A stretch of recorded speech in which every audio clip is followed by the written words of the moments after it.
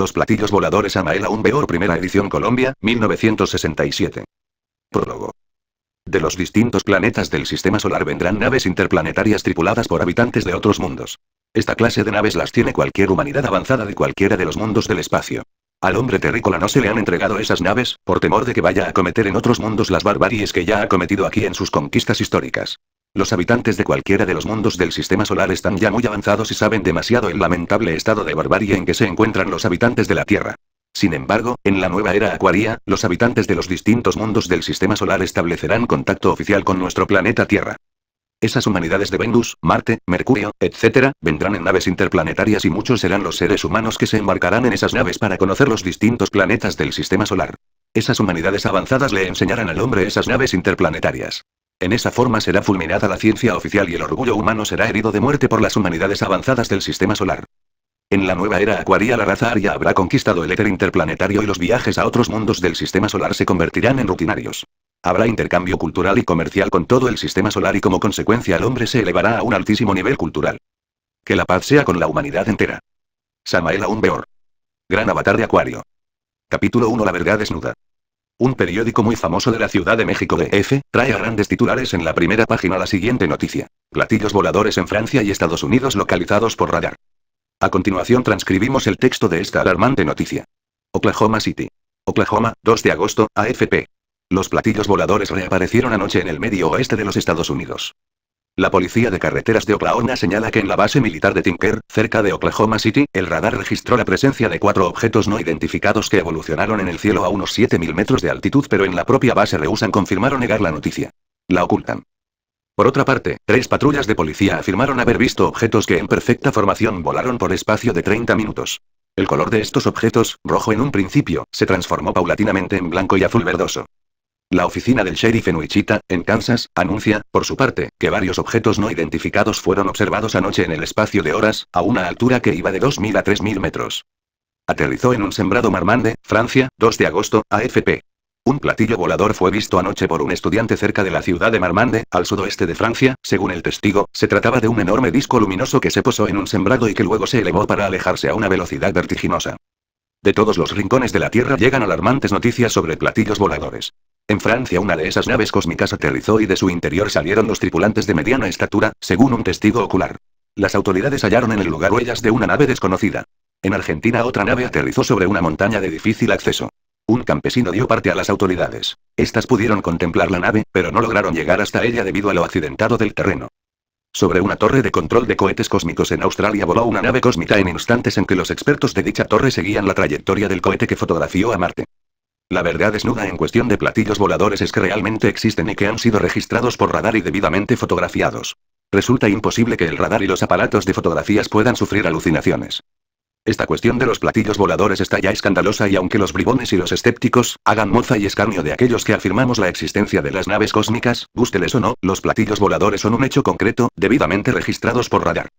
Estamos absolutamente seguros de que a los bribones no les gusta este espinoso asunto, debido a eso que se llama amor propio. A nadie le gusta que le hieran el amor propio. Ellos se quieren demasiado a sí mismos y no están dispuestos a renunciar a sus queridas teorías así porque sí. Los bribones creen que solo en la Tierra existen seres humanos. Es mucha su presunción al creer firmemente que solo ellos tienen derecho a vivir en un cosmos tan maravilloso e infinito. Empero, ellos son así y no hay forma de convencerlos de que están equivocados. Ante los hechos concretos, ante las noticias sensacionales sobre platillos voladores, el movimiento gnóstico se pone en pie para exigir a los hombres de ciencia que hablen con más franqueza y que no sigan con el propósito de ocultar la verdad sobre los platillos voladores o naves cósmicas.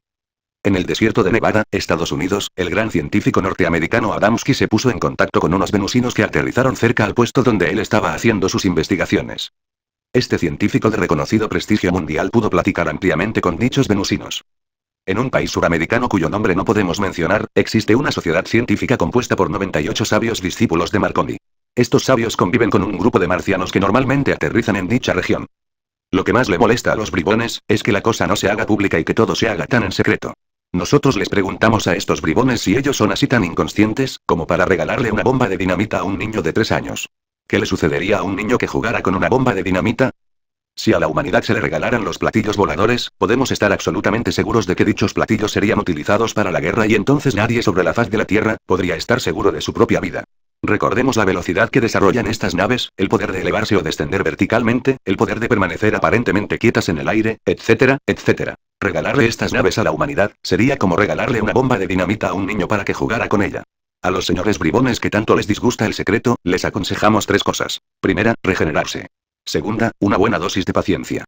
Tercera, abandonar el concepto equivocado de considerarse los únicos habitantes del cosmos. El cohete que fotografió a Marte no es una maravilla de la ciencia. Las pésimas fotografías sacadas a 17.000 kilómetros de distancia es imposible que puedan informar que existe o no vida en Marte. Resulta estúpido deducir de una pésima fotografía la realidad vital sobre el planeta Marte.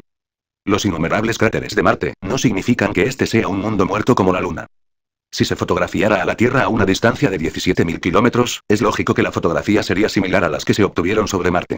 Entonces veríamos en dichas fotografías, algo brumoso, lleno de innumerables cráteres.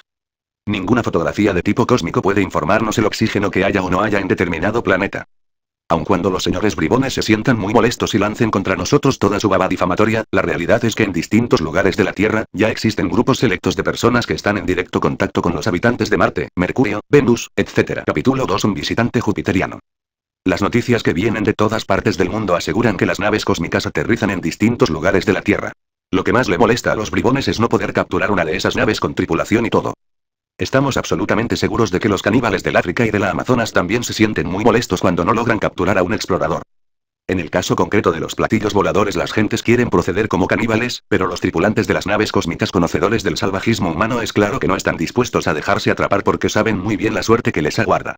Los bribones los harían presos, las naves serían decomisadas y utilizadas para la guerra, etcétera, etcétera, etcétera. Las tripulaciones de esas naves cósmicas no están dispuestas a servir de conejillos de indias y antes que dejarse atrapar prefieren con justa razón desaparecer en el espacio infinito. Esto es semejante al explorador de raza blanca que huye ante la tribu de caníbales. Estamos diciendo algo que pueda herir demasiado a los bribones porque ellos se quieren demasiado a sí mismos y presumen de supercivilizados aunque en el fondo sean verdaderamente salvajes vestidos a la moderna. En el Brasil, cerca de Paraná, aterrizó una nave cósmica en presencia de un científico famoso, de apellido Craspedón. El capitán de dicha nave invitó al mencionado científico a visitar su nave. El citado científico pudo conocer no solo el interior de la nave, sino también su tripulación. El capitán de dicha nave dijo venir de un satélite del planeta Júpiter. Habló en perfecto español y prometió al citado científico corresponder a su visita. Cuando el señor Craspedón quiso darle al capitán sus datos domiciliarios no fue necesario porque el capitán declinó la oferta diciendo, nosotros sabemos perfectamente cómo encontrarlo a usted en la Tierra. 6 meses más tarde, un domingo cualquiera, el señor Craspedón, cerrado en su estudio en su casa, fue interrumpido de pronto por su mujer quien le informó que en la puerta estaba un hombre que deseaba hablar con él. Dijo lo que tal hombre traía entre sus manos una Biblia y que insistió en dar explicaciones sobre esta. El señor Craspedón ordenó a su mujer despedir al visitante y cerrar la puerta. Momentos después regresó la señora informando a su marido que el mencionado visitante no quería irse e insistía en hablar con él. Un poco mal encarado resolvió el citado científico abandonar su estudio y salir a la puerta para atender al visitante. Grande fue su sorpresa al encontrarse cara a cara con el capitán de la nave cósmica que 6 meses antes había conocido. El señor Craspedón invitó al visitante, haciéndolo pasar a la sala de su casa. Luego vino la plática. El citado científico quiso examinar las capacidades intelectuales del jupiteriano y lo metió en un callejón muy difícil, con preguntas complicadísimas sobre la Biblia. Aquel visitante demostró poseer una brillantísima inteligencia pues conocía hasta las raíces más íntimas del griego, del hebreo y del arameo y supo darle a las sagradas escrituras interpretaciones altamente científicas, profundamente filosóficas, extraordinariamente artísticas y trascendentalmente místicas. Después de esa entrevista, hubo 2 entrevistas más en distintos lugares de la ciudad a las cuales concurrió el citado científico acompañado por un profesor de física y matemáticas.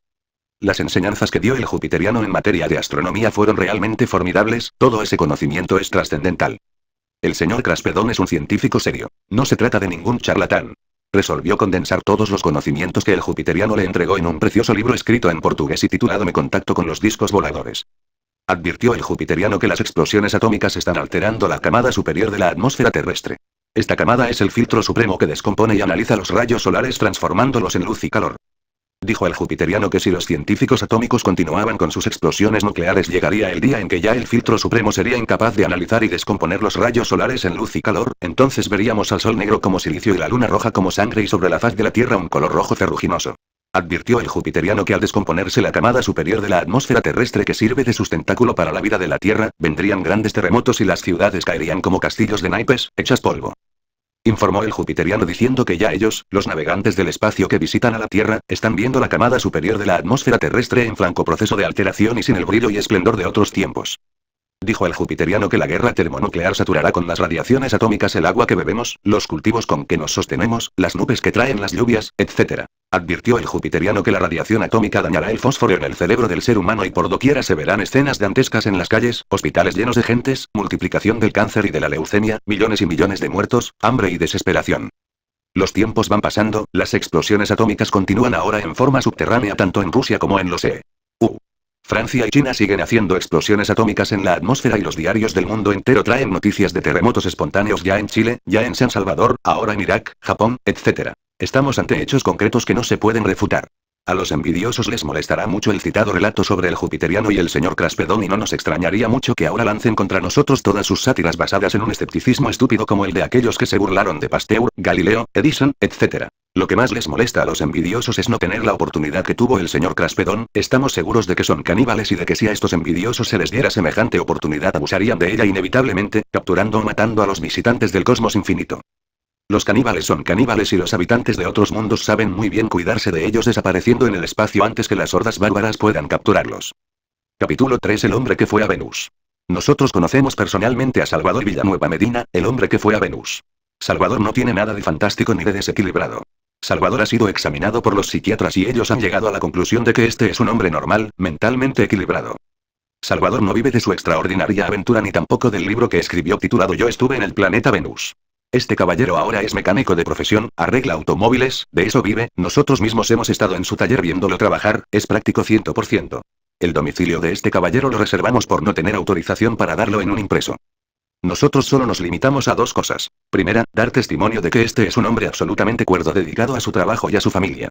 Segunda, que este hombre pasó por una aventura formidable pero que no vive de ella. Salvador Villanueva Medina cuenta lo que pasó y esto le ha costado muchos sufrimientos porque los bribones, los escépticos de siempre, los imbéciles, han hecho escarnio de él. Salvador estuvo en Venus fuera de toda duda y cumple con el deber de informar a sus semejantes aunque estos se burlen de él. El que ríe de lo que desconoce está en el camino de ser idiota. En la segunda decena del mes de agosto de 1953 Salvador, conduciendo un automóvil rumbo a Laredo en el que llevaba unos gringos que deseaban regresar a su país, tuvo que pasar por las peripecias más tremendas. El carro se dañó, sus acompañantes decidieron regresar a un pueblo cercano en busca de una grúa. Entretanto en el silencio de la noche Salvador se metió debajo del coche con el propósito de arreglarlo. Cuando intentó salir de debajo del automóvil oyó que alguien se acercaba, pues se escuchaban pasos en la carretera. Una voz extraña le preguntó en perfecto español, ¿qué le pasa al coche? Salvador no contestó. Se encontró frente al hombre extrañamente vestido, de pequeña estatura, 1,20 m aproximadamente. El extraño uniforme del visitante, el rostro tan blanco como el marfil, el pelo largo platinado y ondulado cayendo sobre sus hombros, la perfección de su rostro, etc., sorprendieron tremendamente a Salvador. Cuenta Salvador que este extraño visitante llevaba un cinturón con perforaciones de las cuales salían extrañas luces. Salvador solo se limitó a preguntarle al misterioso personaje si era aviador. El personaje contestó que su avión, como nosotros lo llamamos, estaba a poca distancia. Dichas estas palabras el personaje se metió entre la montaña. Cuenta Salvador que después de este suceso resolvió dormir tranquilamente entre su carro. No había pasado mucho tiempo cuando fue despertado por fuertes golpes dados en el vidrio de la puerta delantera del lado derecho. Salvador abrió su puerta y fue grande su sorpresa al encontrar al conocido que venía ahora en compañía de otro individuo semejante. Salvador los hizo entrar en su carro y platicó con ellos ampliamente. Aquellos personajes dijeron venir de Venus y dieron muchos datos sobre este planeta. Dijeron que en Venus las calles se prolongaban sin fin llenas todas de pasos a desnivel para evitar accidentes. En Venus los vehículos no consumen combustibles ni vegetales ni minerales, pues son perjudiciales para los organismos. Los venusinos utilizan la energía solar para propulsar sus vehículos. Le dijeron que las banquetas, andenes o aceras de las calles no están quietas pues están organizadas en forma de bandas metálicas que se mueven y ahorran esfuerzos a los transeúntes y que la gente jamás ocupa el arroyo de la calle pues este es metálico y conductor de la fuerza solar con que se impulsan todos los vehículos. Dijeron los venusinos que ellos en su mundo tenían un solo mar pero que era 3 veces más profundo que los nuestros.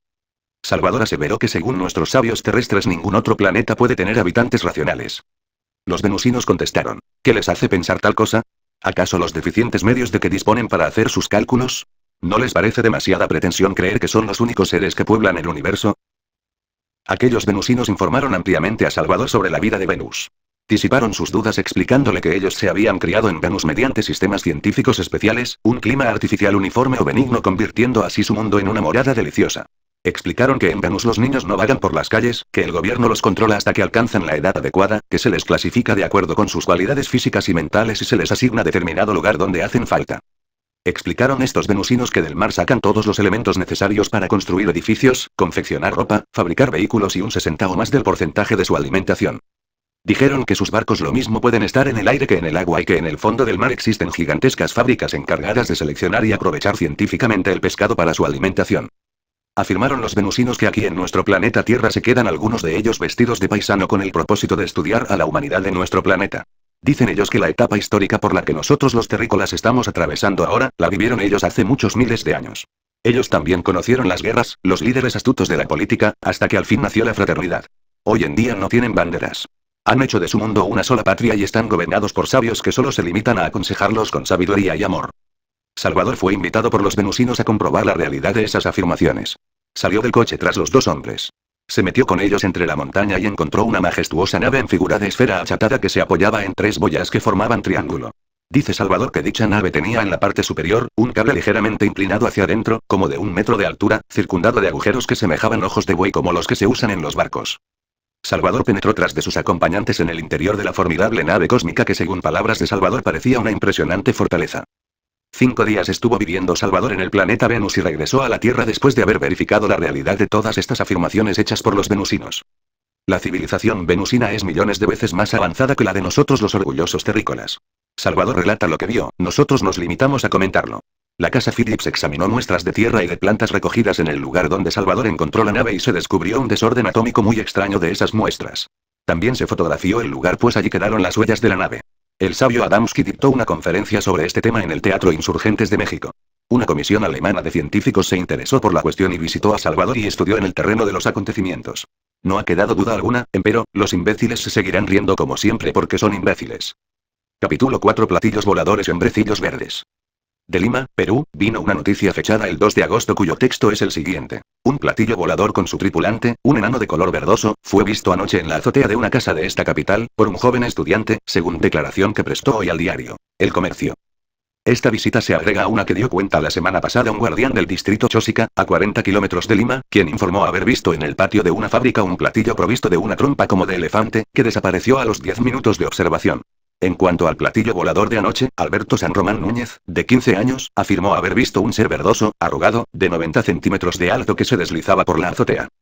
Poco después, la nave arrojó una luz rojiza en medio de la cual levantó vuelo, dejando en el piso sus huellas en las que se aprecian 4 bases de asentamiento. Hasta aquí esta maravillosa noticia.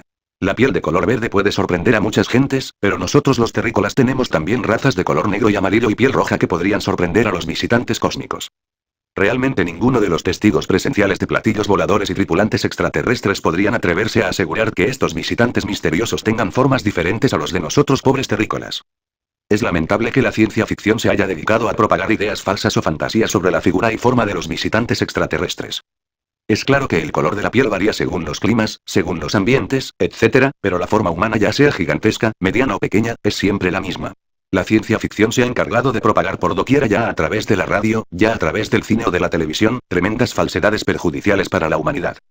Se han levantado calumnias infamantes contra los visitantes extraterrestres, la mente de los terrícolas juzga de acuerdo con sus perversidades y quiere ver en nuestros nobles visitantes todo el odio de la mente terrícola, todas las atrocidades de un Hitler, todas las monstruosidades del inventor de la bomba H, todas las purgas sangrientas de un Stalin, etcétera, etcétera, etcétera. ¿No quieren darse cuenta estos perversos terrícolas del noble propósito de nuestros amigos extraterrestres? Si ellos quisieran tomarse el planeta Tierra y esclavizar a todos sus habitantes, lo harían en minutos porque tienen elementos suficientes para hacerlo. Si ellos quisieran destruirnos, ya lo hubieran hecho porque tienen instrumentos atómicos y científicos con los cuales pueden hacer saltar en pedazos cualquier planeta del espacio. Recordemos que mucho antes que nosotros los terrícolas conociéramos las matemáticas, ya ellos navegaban en el espacio sideral. Nuestros amigos extraterrestres conocen el planeta Tierra mejor que nosotros y no tienen ningún interés en esclavizarnos o destruirnos como lo ha propagado misteriosamente la ciencia ficción de estos tiempos del rock y rebeldes sin causa. Nuestros amigos extraterrestres conocen la hora crítica que vivimos y solo quieren ayudarnos.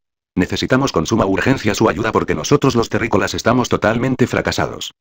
Si las hordas bárbaras continúan en su estúpido propósito de capturar o destruir las naves cósmicas que nos visitan, perderemos lamentablemente la brillante oportunidad que nuestros hermanos del espacio nos están brindando.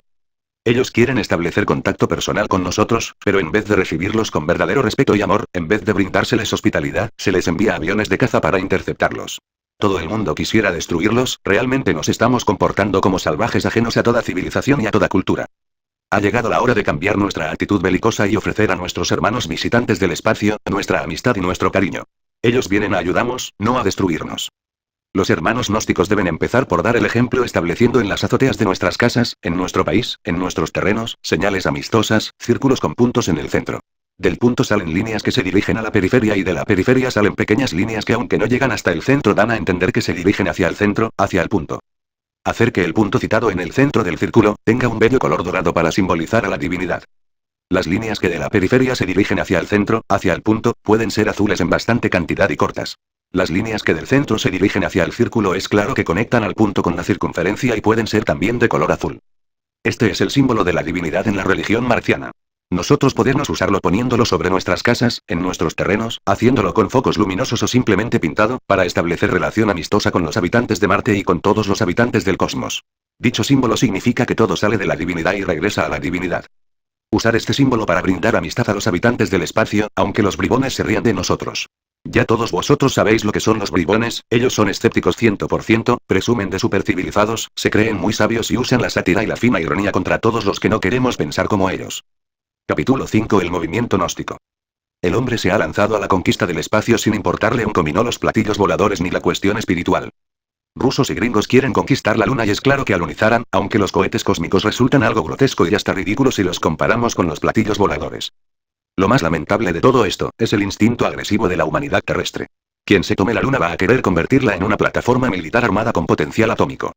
Todavía no se han tomado la luna tirios y troyanos y ya se habla de cohetes atómicos orbitales para destruir ciudades indefensas.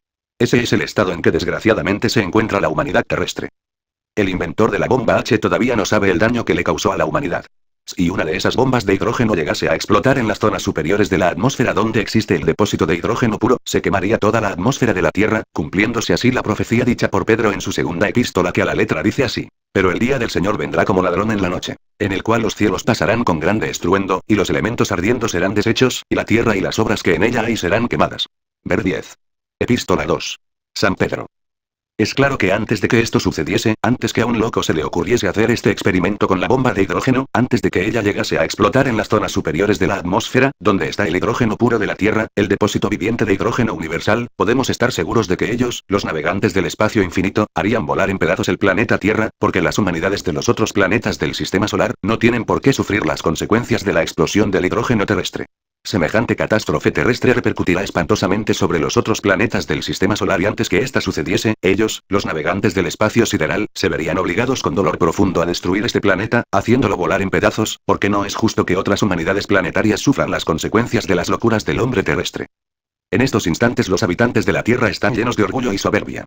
Los perversos han levantado la torre de Babel con la cual piensan conquistar el espacio exterior y ya los habitantes de los otros mundos del sistema solar, tienen orden de defenderse.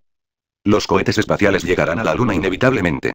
Después querrán estos terrícolas perversos y ensoberbecidos lanzarse sobre Marte. El encuentro con las humanidades de otros planetas es por lógica deducción, totalmente inevitable y a esta raza caduca y degenerada no le quedará más remedio que transformarse o perecer. El movimiento gnóstico cristiano universal quiere forjar grupos de hombres y mujeres de buena voluntad para dar la bienvenida a nuestros hermanos del espacio. Millones de seres humanos llenos de soberbia, orgullo y perversidad, solo creen en sus cohetes espaciales y en sus armas destructivas. Esas hordas de sabiondos están entregados a todos los vicios de la tierra y se ríen a sus anchas de todo lo que huele a platillos voladores. El pueblo gnóstico de ninguna manera acepta al anticristo de la falsa ciencia ni menos puede creer que se pueda conquistar el espacio infinito sin habernos conquistado a sí mismos. Sería absurdo suponer que las hordas bárbaras de la tierra puedan conquistar a otros mundos y esclavizar a humanidades planetarias superiores. El pueblo gnóstico no acepta la perversidad de los bribones y ha resuelto organizar el ejército de salvación mundial con hombres y mujeres de buena voluntad que estén dispuestos con alegría a dar la bienvenida a nuestros hermanos del espacio sideral. El movimiento gnóstico universal establecerá por doquiera, en los distintos lugares de la Tierra, verdaderos cenáculos místicos, conducentes al estudio de las leyes cósmicas, con el propósito de preparar a las gentes para recibir a nuestros hermanos del espacio. El movimiento gnóstico comprende la necesidad de las naves cósmicas para viajar a través del infinito, pero no cree que el camino de la perversidad, el orgullo y la cohetería sea precisamente el indicado. El cosmos infinito es sagrado y está gobernado por leyes divinas que no se pueden impunemente quebrantar sin recibir las desastrosas consecuencias. Nosotros los gnósticos estamos dispuestos a estudiar las leyes del espacio eterno con toda humildad y a los pies de nuestros hermanos del espacio. Sabemos que ese es precisamente el camino exacto que puede permitirnos navegar en las verdaderas naves cósmicas, por todo el espacio infinito. Ahora necesitamos prepararnos acabando con todos nuestros defectos, disolviendo ese yo que llevamos dentro, ese Mefistófeles perjudicial. Ya que en algunos lugares de la Tierra, muy secretamente, existen grupos humanos selectos que están en contacto con los visitantes cósmicos, de los cuales han recibido pequeñas cantidades de naves interplanetarias. En los Himalayas llenos de nieve y frío, existe cierto grupo de lamas que está en contacto con nuestros hermanos del espacio. Ese grupo posee muy en secreto cierta cantidad de platillos voladores, con los cuales viaja a través del infinito. En otros lugares de la Tierra existen grupos similares que ya poseen los platillos voladores. Estamos diciendo algo que ni remotamente pueden aceptar los bribones sabiondos, irónicos, sarcásticos y llenos de petulancia. Empero, ¿qué importa a la ciencia y qué a nosotros? Vamos, los hermanos del movimiento gnóstico, a prepararnos humildemente para hacernos dignos y merecedores de recibir en grupos selectos y ocultos a los hermanos del espacio. Direcciones. Si después de leer este folleto ha nacido en usted la inquietud de profundizar en los estudios gnósticos, con mucho gusto le indicamos a continuación algunas direcciones en donde le pueden orientar y conducir a los centros de estudios gnósticos tanto en Colombia como en el exterior. México, DF. Rafael Ruizo, apartado postal M, 7858. México, Colombia, Ciénaga, Magdalena, Pedro López Lindo, apartado N31. Nota. En cualquiera de estas direcciones se consiguen las obras antes mencionadas.